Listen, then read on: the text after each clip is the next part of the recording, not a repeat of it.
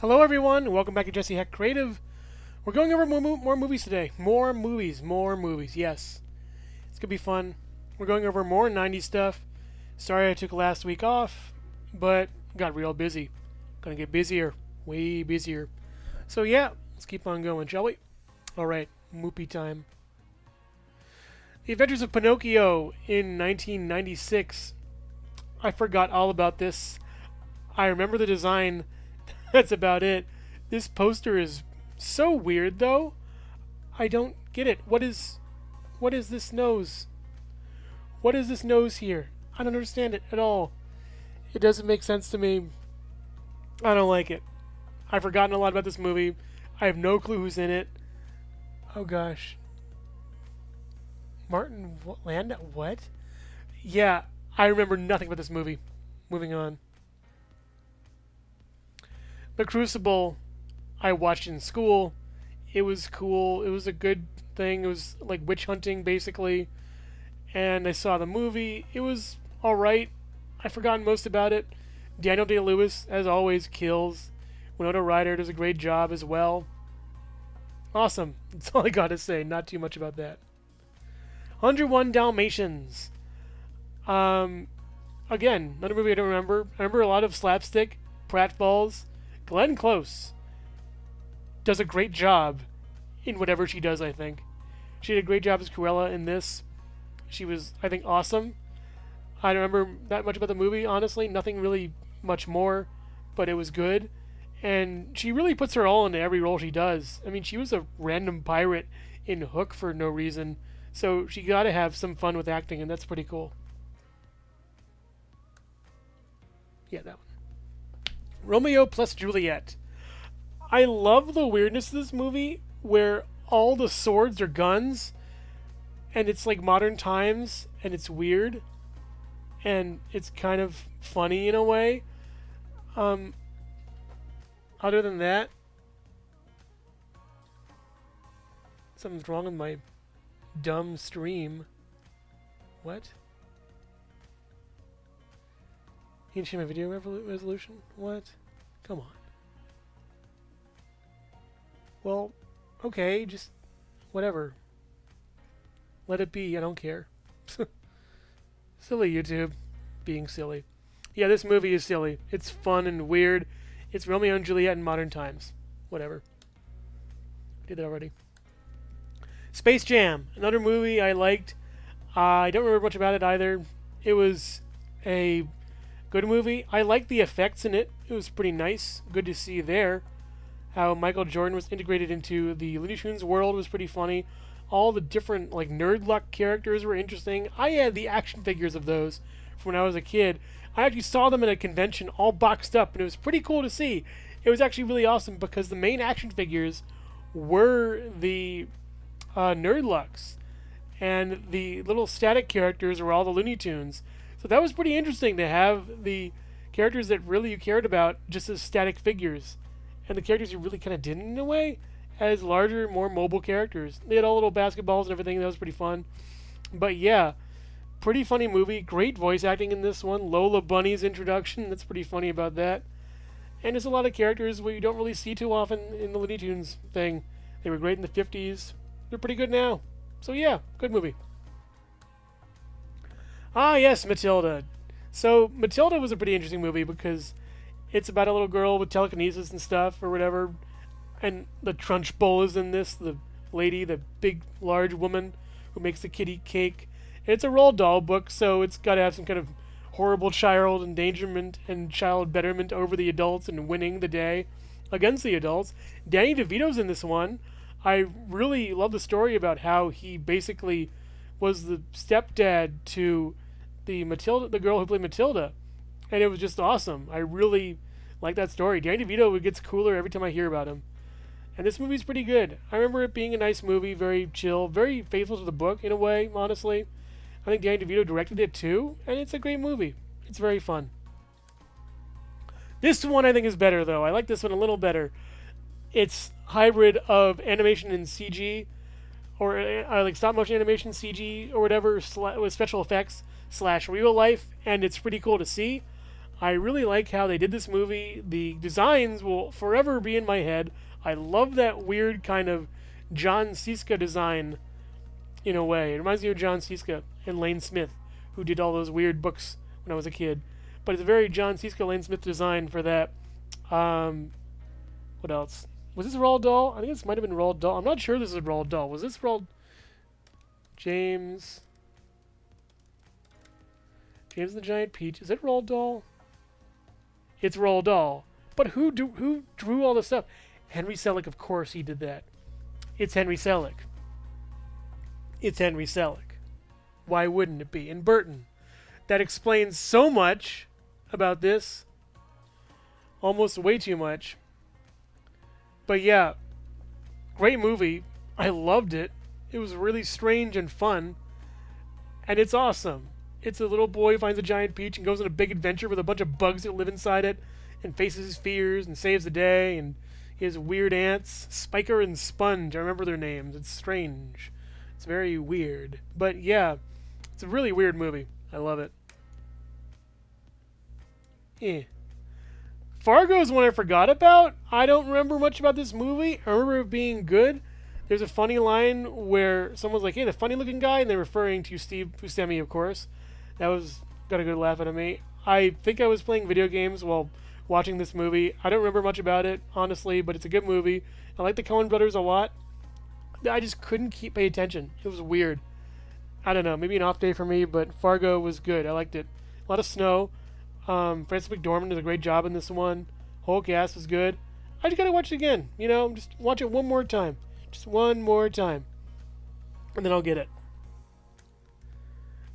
Roses are red. Violets are blue. All dogs...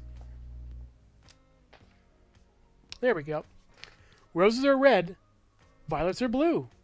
All dogs go to heaven too. So before I go into this movie, I need to mention that humming you heard was because my computer was plugged in. If my computer's plugged in, there's a humming noise. And I don't know, I just forgot to unplug it before this video. So I was going to mention that earlier, but I forgot. I got too caught up in wanting to do these movies, get them all done and all through. And this one's really cool. A lot of good music in it. I think Charlie Sheen plays Charlie Barker now, which is better, I think. I remember this one more. It takes place on Alcatraz. There's like the car-faced villain from the first one is in league with the devil himself, who's a cat, and played by some Broadway singer guy. He has a good song. I think he did Sweeney Todd because they reference it in the musical. And he like grows out of a I remember all the visuals, and he looks so scary, and it was really cool, and it was a really awesome movie. I think just from like a coolness looking perspective. I remember the ending more than the beginning and stuff, but yeah, stuck with me. It's really good. Dusk Till Dawn. I like this one. It's really funny because half the movie is just normal, and suddenly vampires attack, and it gets really weird. And it's just great. I don't remember much about it, but that twist was really nice. All the effects were really cool. A lot of blood and gore as par for Rodriguez and Tarantino. And it's just a weirdly fun romp. Tarantino. Clooney's in it. He does a really good job. Was it Selma Hayek? No. I don't know. Oh, Harvey Keitel's in this. That's really cool. Why is he not on the poster? I don't know. But it's a great movie. It's really fun. Independence Day is awesome. I love this one. It is a very fun movie. A lot of actors are in it. Jeff Goldblum is in this movie, and he just does a good job at being in the movie all the time. And it's great. It's very fun. They give the aliens a computer virus. Spoiler alert. For like a 30-year-old movie. But this one's 30 years old. It's almost 30 years old. That's crazy. That's cuckoo bananas. But it's a really awesome movie. Very fun. The alien ship design is great. They homaged it in Star Fox 64. I really think they did a great job with this. And it's wonderful. Yeah, this is a great little movie.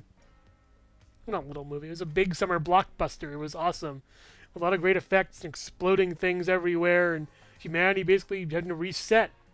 Yeah. I like this movie a lot. I really like Michael Keaton a lot. Michael Keaton's awesome. He's a wonderful actor, and he's very fun in whatever he's in. And this movie's really fun. I forgot why, but he clones himself, and now he has 3 clones running around, and it's just funny and weird. And the more clones he makes, the different personalities come out in them. One of them's really dumb, the other's really smart alecky, and the other's pretty smart, period. And they all have to work together to just live this one man's life. And it's very clever, very funny, and very weird. I like that a lot. I just love the fact that he can just keep cloning himself and there's like no oversight to it. It's really great. I just find this to be a really fun, clever, cute movie. I really like it. I watched it when I was younger and it was very fun. The concept alone makes me like it a lot. And it's just strange to the max. Good movie. Show me the money. Show me the money. This was awesome. I love this movie. It's whenever it's on TV, I always just like to watch a bit of it. Cuba Gooding Jr.'s in it. I forget who else is in it. Is it Renee Zellweger? I can't tell who else is in this movie. But I like this movie a lot. Tom Cruise, whatever you think of him, is a great actor. And by the way, I just saw Mission Impossible 1, which actually was in 1996. I'd probably put it way below this. It's not the best Mission Impossible movie. I think 3 is really good. 3 is awesome. But 1 is just boring, slog kind of thing. Jerry Maguire's a nice movie, though. I really like Jerry Maguire a lot as a movie. It's very fun. He does a great job with his acting. Really kills it. The relationship aspect is wonderful in this one. It's very cute. And just, watching people succeed is fun. It's a very good, feel-good movie. I liked it a lot. I love this one. I love Mars Attacks. It is like Cameo City. It is weird. It's random. I think Jack Nicholson plays 2 different roles. Oh god, Tom Jones is in this. It's so weird. A very young Jack Black is in this movie. Steve from Minecraft? Yeah. Jack Black is in this movie. It's so funny. It's so funny and so weird. So these aliens invade. It's an Independence Day parody, I think, which is kind of funny because it came out the same year. But I think it's better, in a way. The end of the movie, how they get rid of the aliens, is one of the funniest twists. And I'm not going to spoil it for you, but oh man, I love that song. It's really funny. Gosh, it's just a parody of alien invasion movies. It's weird. It gets really weird. Like they switch places with a girl's head and a dog, and the guy's head is just floating around, and it's just so random. The alien impersonates a woman. Oh gosh, I think Natalie Portman's in this, and is it Keanu Reeves? I forget. I forget who the cast is, but man, it's just such a strange movie. It's so funny. And the alien designs are some of my favorite alien designs in anything. The giant brains and the skulls, and the color they use for them. And oh my gosh, the Martian Queen and the Ambassador. I've been dying for action figures of them for years. Just those big shiny robes they have on. Oh, and the way the Queen gets rid of the president is just every single way that they just off somebody is one of the most creative, scenes I've seen in a long time as far as those kinds of offing people scenes go. It's just so imaginative and so weird and so fun. And the translator is one of the funniest things I've seen. It's just so good. It's just it's clever, it's weird, it's funny. It's every little thing wrapped up that I like in movies. But not love. I love this. I love this one. This is just awesome. I love Hunchback. Heck yeah. Yeah. It's my 3rd favorite Disney movie of all time. Gosh, the story is really gripping. You want Quasimodo to succeed in life, but he's constantly being pushed down by society, and then people help him, but it's just sad how he'll never achieve the potential. Oh man, it really just speaks to me, because I was like that when I was a kid, not deformed. I wasn't not to laugh. not like deformed or anything, but I would just say kind of the outcast in a way, you know, the guy who was like into action figures and playing in his room a lot and single player video games and just isolated a little bit in a way, you know, because you get hurt by people. You get hurt by people in life, and it's sad. Kids are jerks. Other kids are real jerks. But yeah, the gargoyles were fun. I say that with a clean conscience. Clopan is awesome. I loved him. I like the romance thing. It was pretty good. Kevin Kline does a great job. He's a great actor. And just the whole cast is awesome. I really love this one. Patrick's in this movie. Oh, Patrick from SpongeBob. He's in this movie in a brief role as a guard.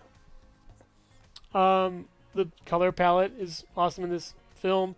The songs, my God. Frollo's song, Hellfire. Yep. Yep. Yep. Yep. It's the best Disney villain song. It's the best one. That's it. No more. The best one. Tony J. Phenomenal. He just, oh my God, he rocks it. He rocked it so hard.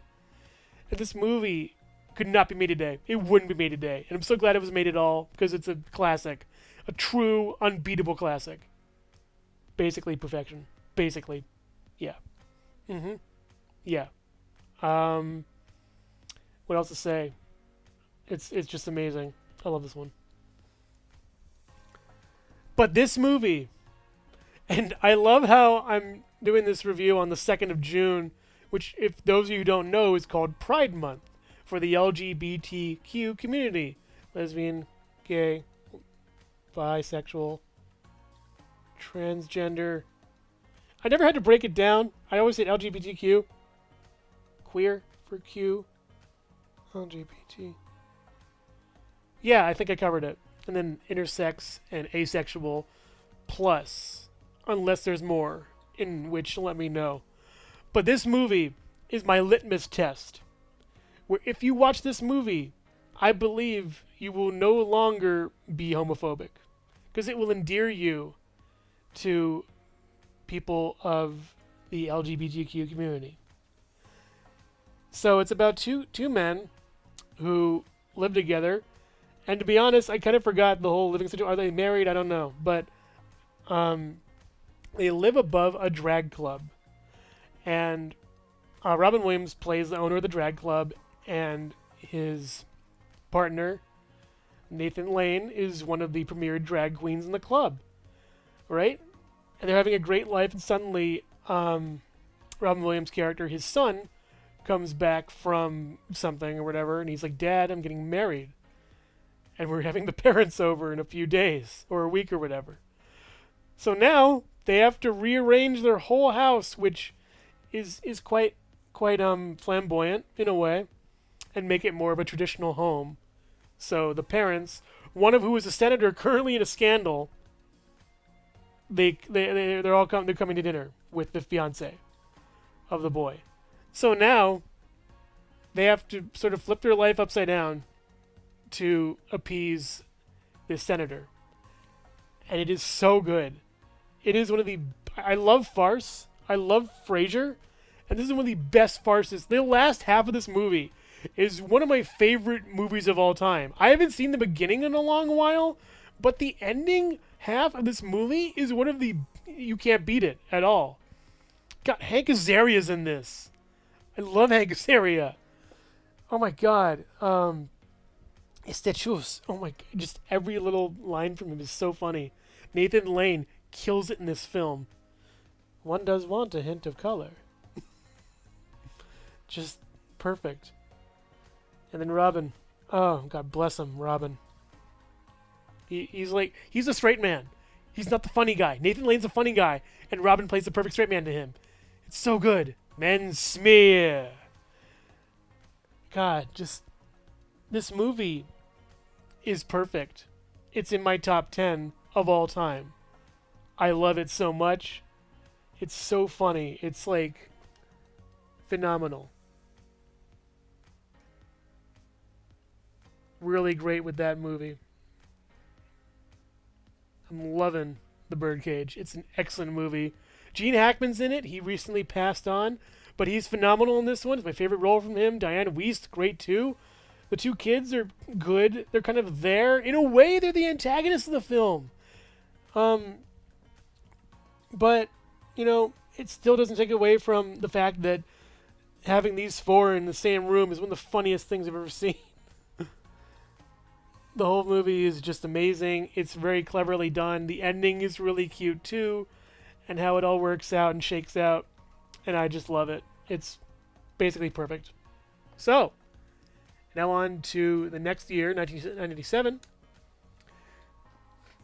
Swan Princess Escape from Castle Mountain. I forgot about this. There's like a wizard, and I think all the main cast comes back or whatever. Maybe the voices are different. I don't know.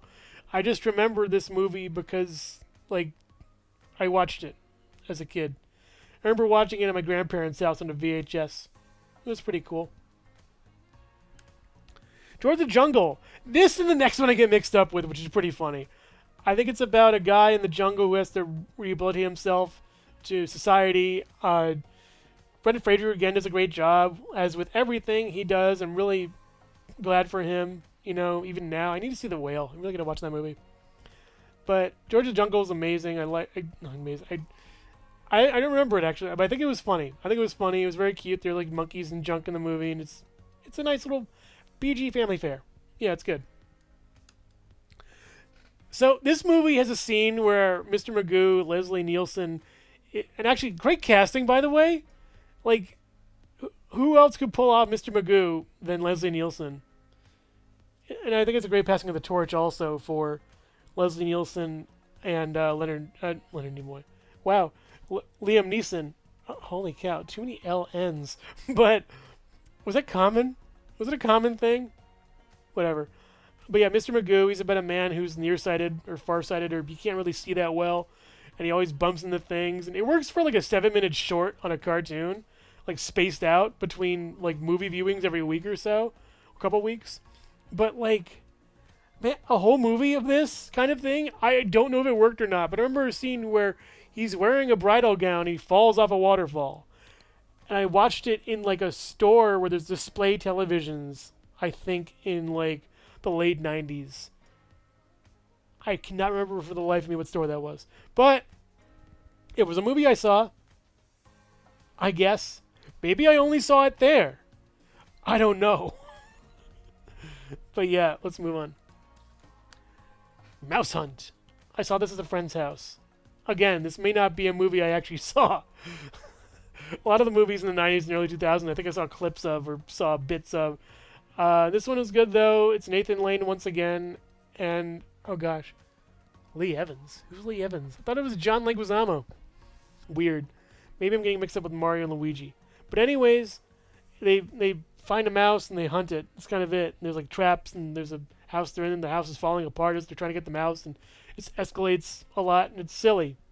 Again, another dumb, silly comedy that I barely remember. Oh well.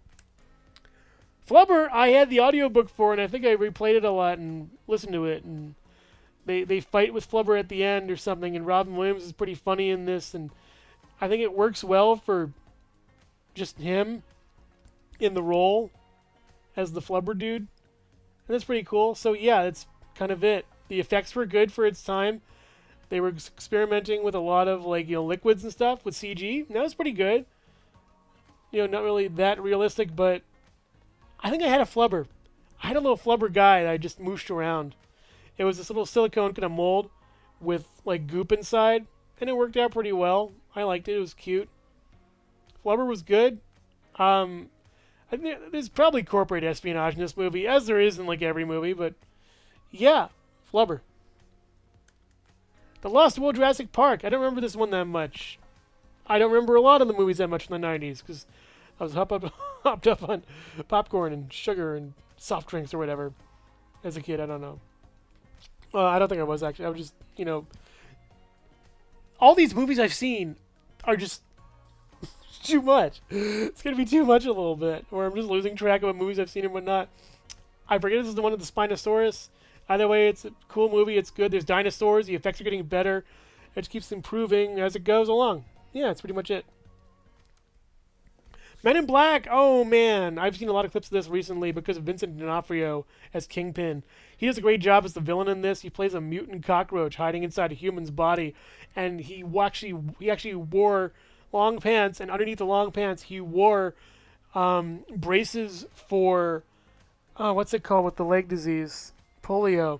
He wore like these leg braces, but he wore them on the opposite sides of his on the opposite side, so he would walk even worse. And it's so interesting to watch the character just interact with things. Will Smith does a pretty good job. Less I say about him, the better. I'm not a fan of him anymore after the whole Oscars thing, which is a shame. Tommy Lee Jones kills it in this, and oh man, I can't wait to talk about 3. 3's gonna be great. But this one was good. I liked it. Very fun movie, really weird designs of characters, and it's pretty clever in a lot of points. The script is done pretty well, and I liked it on that front. So yeah, it's pretty good. Cats Don't Dance. I really like this one. It is about a racial. Oh, yeah, it is actually about racial tensions in Hollywood during the 1950s, and so it's kind of like in a way, it's in a way like Roger Rabbit, except it's all animated. The whole thing's animated. There's humans and there's animals, and they live in the same world. It's all animated. I don't think you could really do this one like Roger Rabbit. You know, it's much easier and I think way more fun. But it's about this cat that wants to dance in the new play or the new movie, and this little girl who is the star is basically Shirley Temple with this huge butler named Max. And, oh my god, it's so funny how he just enters the room and like you don't even see him entering, and he's like walking and it's huge and what does a kitty cat go? It's just very funny. It's really weird. It's really interesting how they frame inequality in jobs with animation, with sort of furries, if I may say. You know, they're technically furry characters, anthropomorphic animals, I guess, but I think furries is the shorthand or whatever. But I think it's a really good movie and it's very fun. There's a penguin who's really cute in this one. I love him. He's adorable. And yeah, just a great movie, and it's really nice. I think it's cute. It kind of reminds me a lot of Sing, except without there's no humans in that one. But yeah, this is a nice little movie. I really liked it, and it was enjoyable and had a good lesson. That's all you need. Anastasia. I really like this one a lot. I had my birthday party themed around Anastasia when this movie came out. I loved it so much. It was just awesome. I dressed up as Rasputin. I died twice in the play or whatever I did. It was really fun. We had a whole stage. It was so insane. I love it though. Anastasia is about this woman who was part of an attack, and her family was the royal family of Russia, and they were lost to time. And like 20 years later or so, these two con artists think they found her, and they try to pass her off, but it turns out to be really her. And then there's an evil sorcerer. Now that I mention this, it is kind of jarring. There's an evil sorcerer named Rasputin who was part of the family, like, you know, the family. He was the family sorcerer. I don't know what else to call it. He knew the family, and he's evil, and he's a sorcerer, and he's basically a lich. He's like an undead zombie man. His bones keep falling off, and I think this is one of Don Bluth's best. Not like Secret of Nim tier, but like pretty close to it. Anastasia does a great job at being a great movie. It's basically a Disney musical, and literally it's now a Disney musical. Full circle. It's now a Disney movie because they bought Fox. So Anastasia is technically a Disney princess as of now. As of like now. But yeah. The music is phenomenal in this one. I think so. The casting is great. Christopher Lloyd. Oh, Hank Azaria is back in this one. And he's Bartok the Bat. He's really funny, and I really like his role in this one. Oh, gee, the bat. He's really, funny. He's a funny kind of bat. This kind of... He has that kind of accent and voice. But he is better. But it's a great movie. I really like the character designs in it. The score is really good, too. The animation is phenomenal. It's really an awesome movie. I love it a lot. Just, yeah, heck yeah. But there's one better. Zero to Hero, baby. Yeah. Hercules. Hercules. Hercules. Yeah. This one is just really fun. It's a great send-up to that, like, New York, Broadway, Vegas-y, not Vegas, but New York, Broadway kind of style in a way. It's really well done. The jokes keep coming. The character moments keep hitting. I have so many action figures from this movie. You have no idea. They did like a media blitz on this, and I loved it because like all the action figures I have are great, even though they have action features. But the molding of the characters are so good. But anyways, it's about a Zeus and Hera from the Olympic gods. Their child is stolen from Olympus to be on Earth and turned mostly mortal and raised by humans, and then goes off to seek his own fortune and learn that he's a demigod basically, and does trials and tasks and helps humanity. It's a sports story. Interestingly enough, it is the rise to fame of a sports star, like Olympian in a way, literally Olympian. It's a sports star that's basically like that whole story. He has like Gatorade, he has like Herculade, and his own tennis shoes branded, and just it's like all the merchandising deals and stuff.